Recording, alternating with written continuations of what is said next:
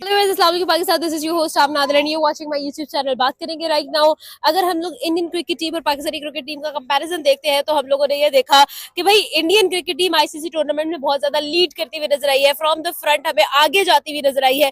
But अगर पाकिस्तान की बात करें, कहीं ना कहीं पाकिस्तान लैग करता हुआ नजर आया और पाकिस्तान काफी जगहों पर हम लोगों को नजर आया कि भाई ये ड्रॉबैक्स है, यहाँ पर कहीं ना कहीं लेट डाउन हम लोग हो रहे हैं। अगर देखा जाए तो सिलेक्शन पर जब भी सवाल किया गया इस बारे में कि आखिर पाकिस्तान की टीम क्यों जो है वो पीछे जा रही है, तो इम्प्रूवमेंट के बारे में जब बात की जाती है तो सिलेक्शन का नाम सामने आता है। आज बात करेंगे कि आखिर सिलेक्शन में ऐसी क्या इम्प्रूवमेंट है जो इंडिया कर रहा है और पाकिस्तान से नहीं हो पा रही है, जिसकी वजह से पाकिस्तान की cricket team right now somehow effect हो रही है। क्या ओपिनियन होगा सर?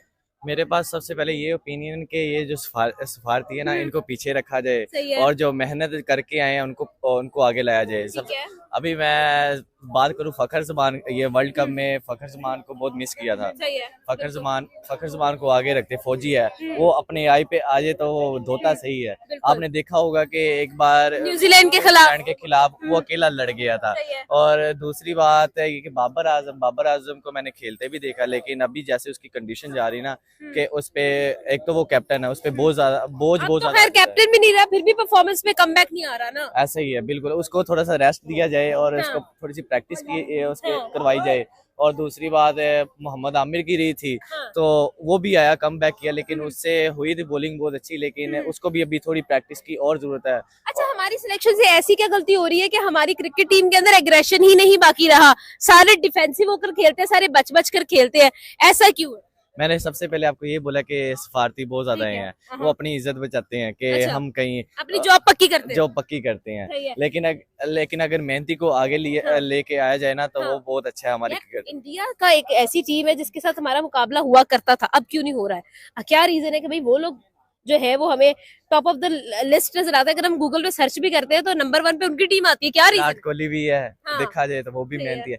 इंडियन जो है ना, टीम के जितने भी क्रिकेटर्स हैं हम्म, वो अपने आप को आगे रखते हैं, उनमें एग्रेशन है कि हमारे मुल्क के लिए। ये लोग जो है थोड़ा सा पीछे रह जाते हैं। इंडियंस की बात कीजिए तो वो अपने हर एक बंदे को सपोर्ट करते हैं, लेकिन हमारे में इनकी आपस में नहीं बनती। देखा जाए तो पीछे भी मैंने बहुत से देखी थी, इनकी लड़ाइयाँ नहीं खत्म होती। और इंडियन की गवर्नमेंट जो है वो अपनी क्रिकेट टीम को बहुत ज्यादा सपोर्ट करती है, देखा जाए तो।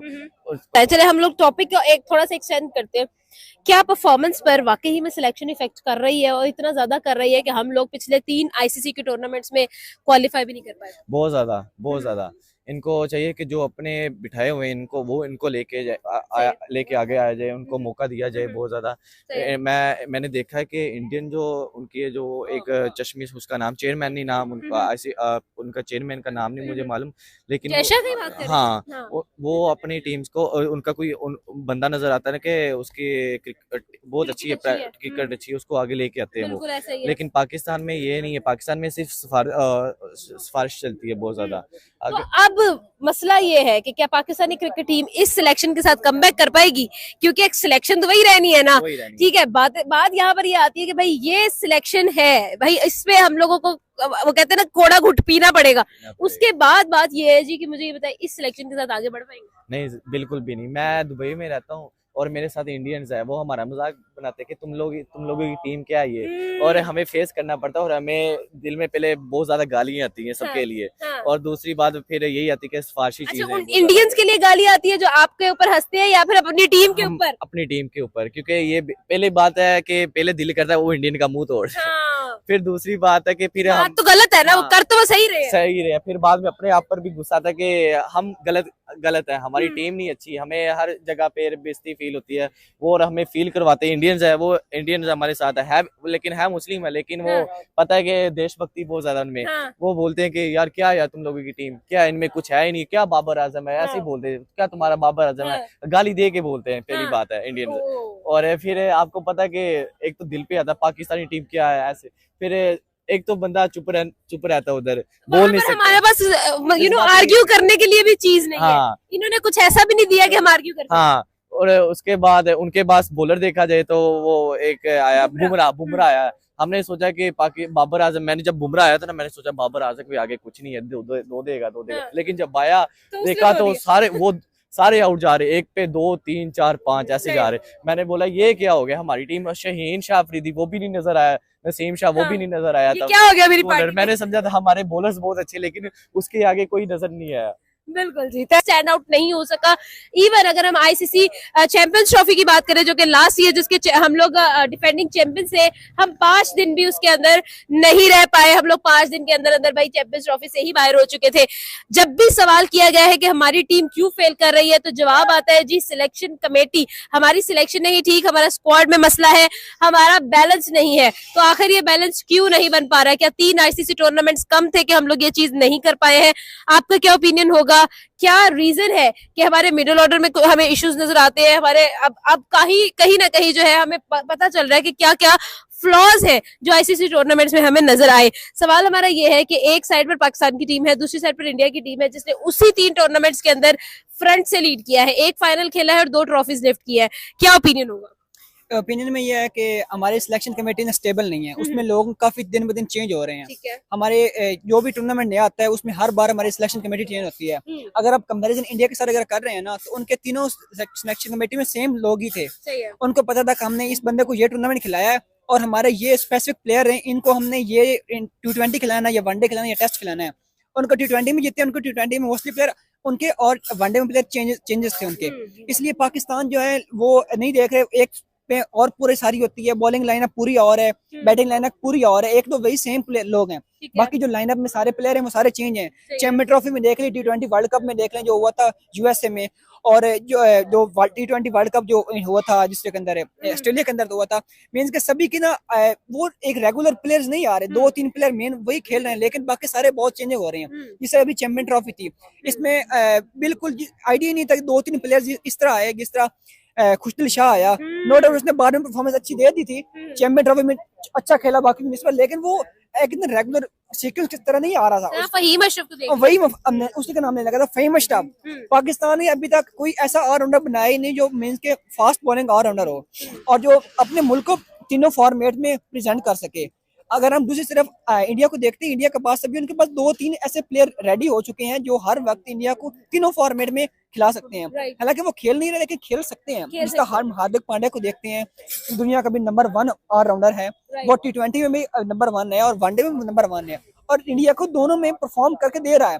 वो टेस्ट भी खेल सकता है, उसकी इतनी अच्छी फिटनेस है कि वो टेस्ट खेल सकता है। इसे हम अगर पाकिस्तान की अब हमारी सिलेक्शन कमेटी बनी है, अभी चेंज हो रही है, दिन ब दिन चेंज होती है। अभी हमें एज अ पाकिस्तान में ये भी नहीं पता कि हमारी सिलेक्शन कमेटी है क्या, क्योंकि आए दिन हमारी रोज सिलेक्शन कमेटी चेंज होती है। अभी खबरें आ रही हैं कि अलीम डार सिलेक्शन कमेटी में है, सरफराज अहमद को भी ला रहे हैं, सलमान भट्ट को ला रहे हैं। मीन्स कि हमें पता ही नहीं कि हमारी सिलेक्शन कमेटी क्या है।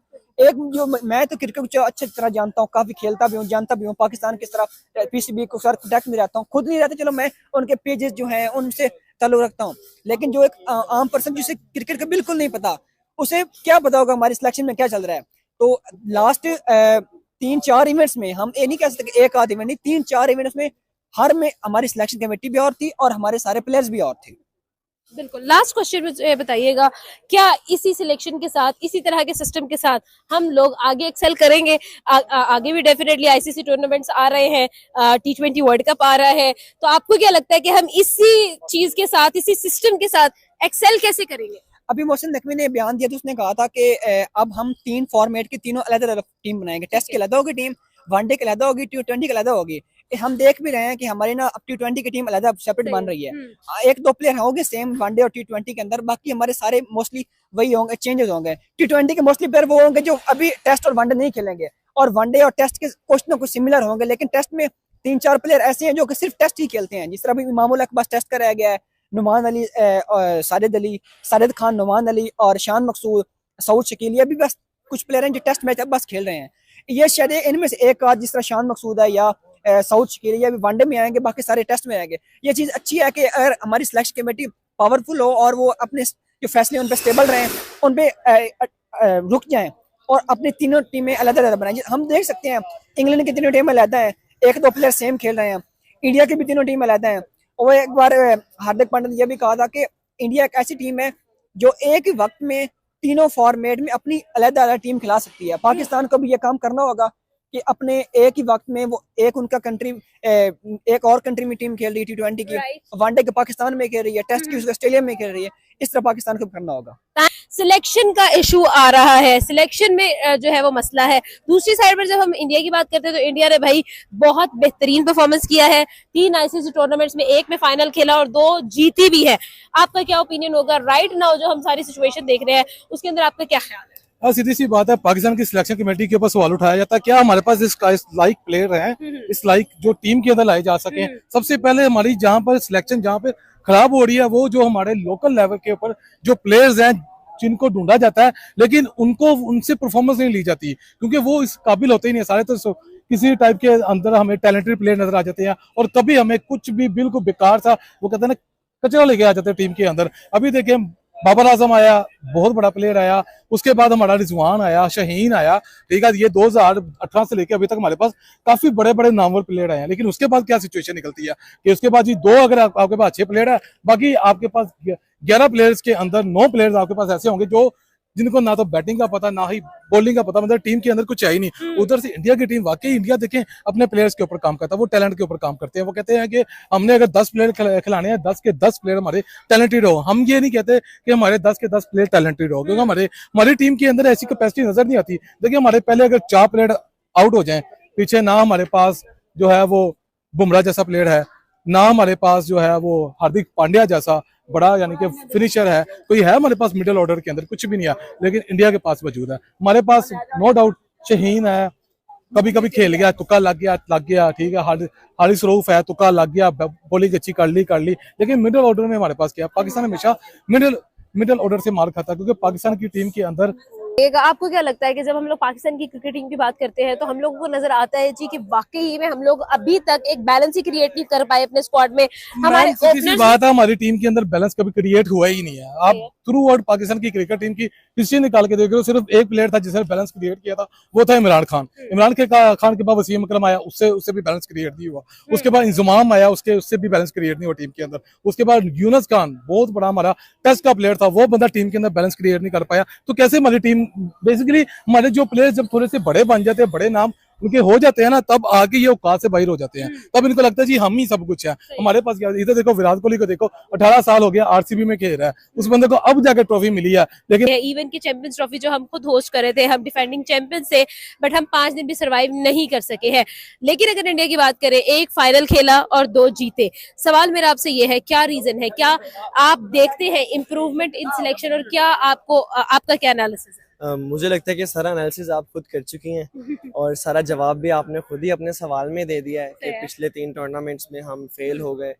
और जिस तरह आपको सबको पता है कि पाकिस्तान में चलता क्या है, और यहाँ पे जो सिलेक्शन होती है बेसिकली वो पहले से डिसाइडेड होती है कि कौन खेलेगा और क्या खेलेगा, कितना खेलेगा। एंड डेफिनेटली जो अच्छा टैलेंट है वो कहीं ना कहीं हमेशा बैक फुट पे रहता है और अच्छे लोग आगे नहीं आ पाते। मैं कभी कभी एक्सपीरियंस होता है कि क्लब क्रिकेट खेल लेते हैं, साथ देख लेते हैं, तो इतने अच्छे प्लेयर्स होते हैं कि जिनको कोई जानता ही नहीं है। और जो दूसरे प्लेयर्स हैं जिनको बिल्कुल चांसेस पे चांसेस दिए जाते हैं, पता नहीं क्यों, मुझे नहीं लगता कि उनमें कोई ऐसा खास टैलेंट है। जिस तरह बाबर आजम है और भी बहुत सारे प्लेयर्स हैं, ठीक है छक्के चौके मारते हैं, छक्के चौके मारना अगर गेम होती है फिर तो मेरा ख्याल है हर बंदा ही प्लेयर है। मैं भी 2-4 छक्के तो मार ही लेता हूँ मैच में।